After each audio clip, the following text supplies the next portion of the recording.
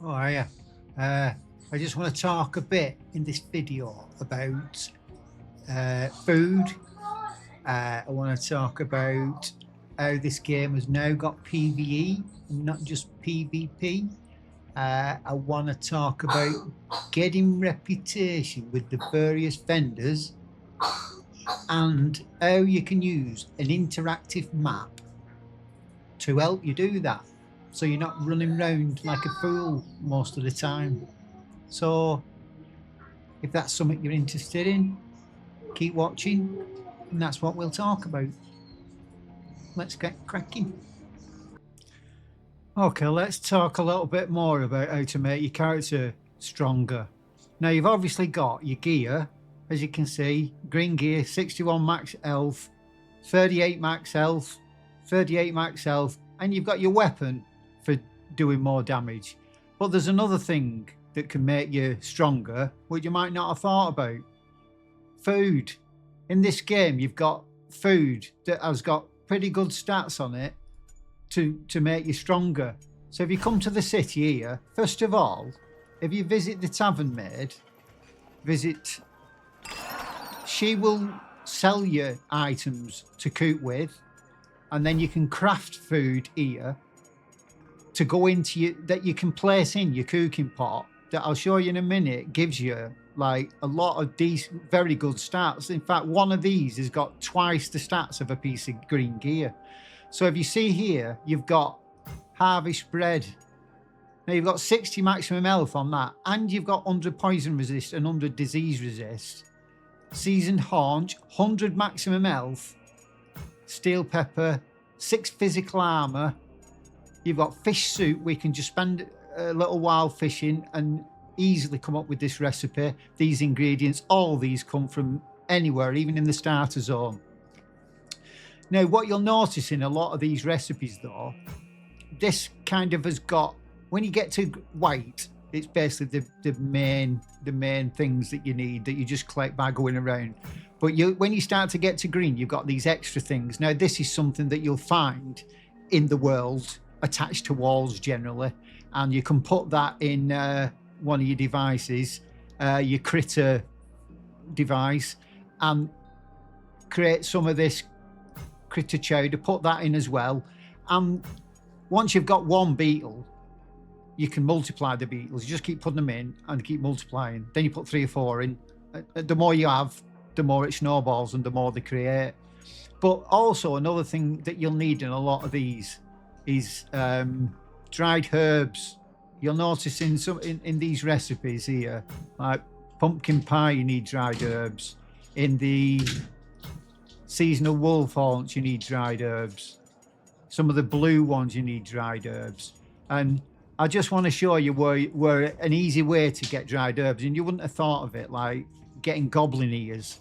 So if you look at the vendor list and you go to the treasurer, if you notice on the treasurer, you can barter. Now, one of the top ones for barter is dried herbs.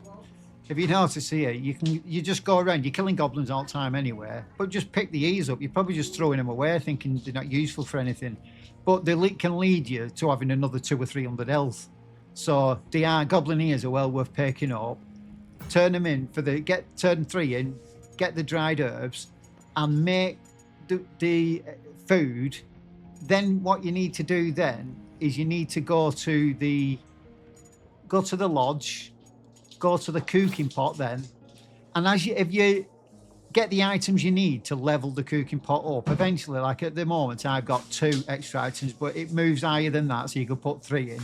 And obviously, the thing that you've crafted in the tavern maid, it'll be down here in the left, and then you can put them in here and activate them.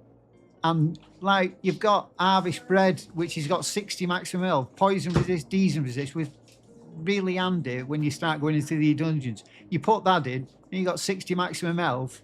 Then say you put fish soup in, another 60 maximum health, or you put one of the other recipes in, which is 100 maximum health, but you 5 less stamina. So it's up to you whether you want to lose a bit of stamina. But yeah, you can't put 2 of the same in, but you put a similar recipe. Level up the tavern maid to get the better recipe, the better ingredients, and then put them in level this up so you can put the higher level ingredients in here. Get three of them. Like I say, I've got 60 and 60. I've got 120 maximum health, 100 poison resist, plus fire armor. You cook the meal. Now you've got that buff on your character now. It really is well worth investing some time into. Okay, Eldegarde, with its official release, has changed from being a purely PvP focused game to having an option to play in PvE mode, with all the same progression systems and a main boss located in its own dungeon area. Now, most of the current content available shows the game from this PvP focused perspective. A lot of complaints from the players base then were from people trying to kill the boss, who was then in an area where other players were able to kill you while you were trying to kill the boss, and just straight up take your loot, finish the boss and take that loot too, which obviously wasn't fun, and I imagine led to players rage quitting the game. Also, players just starting trying to progress their characters were being killed by better equipped players with more experience playing the characters, which again is not fun, not balanced at all, again leading to players rage quit. So to resolve these issues, we now have a PvE mode of all the maps available, giving you the ability to get your character leveled, geared, and get to know its abilities before either staying fully PvP focused with the currently one boss to kill, or try PvP either on the 3 current maps or arena style. Now I just want to point out, the current endgame boss, PvE boss, you can try without the fear of losing your equipped loot. Unlike the rest of the game, where losing everything in your bag or equipped is what happens if you die or you fail to extract. Tip that I think's handy. As you know, you've got your red abilities which can't be blocked, and you need to dodge, and you've got your blue attacks which you can dodge, you can block, but you're most likely better off dodging both of them attacks to make sure you don't take any damage. Now, you know, you've got your right click generally on your characters. I mean, mine's a wizard, so the right click is generally your block, and then you've got the dodge ability, or evade as they call it. Now, I think it's worth rebinding the dodge to your middle mouse button just to make it more simple. So you got right click, you can block, then quickly middle mouse button and dodge. So to do that, you just come up here into the settings, go into the settings, go on to controls, go on to evade, and you spur, just keybind this to middle mouse button and click accept. I just think it makes combat just so much easier. Okay, let's talk a little bit about leveling up your reputation with the various vendors.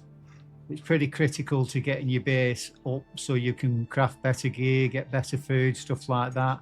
So if you go up to the quests, and what you want to be doing, depending on how long you've got to play, but if you've only got like a little bit of time to play, these are pretty much the most important ones to knock off until you've got your base up to like level 3 or 4, is the quest board. Click on the quest board, it'll get the refresh, like say this is going to refresh in 2 hours.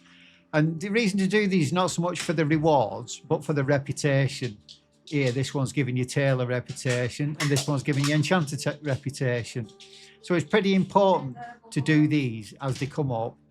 And just a tip to show you a way to get these done efficiently, if you don't want to go out and just randomly come across some elites or come across some gems, is to speed things up a little bit if you've only got a little bit of time to play, is you can go on this website called Legacy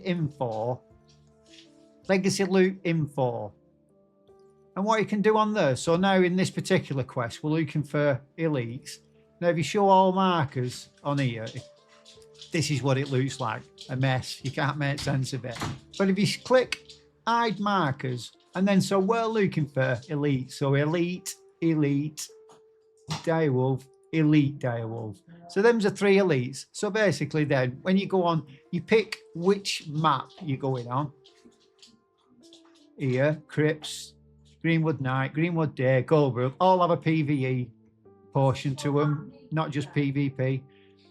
Hide the markers and then click which ones you want. So now here we have got all the spawns of the elites.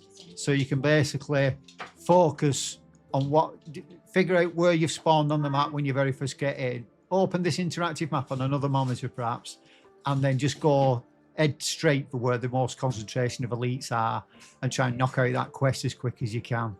I hope this has been helpful. Thank you.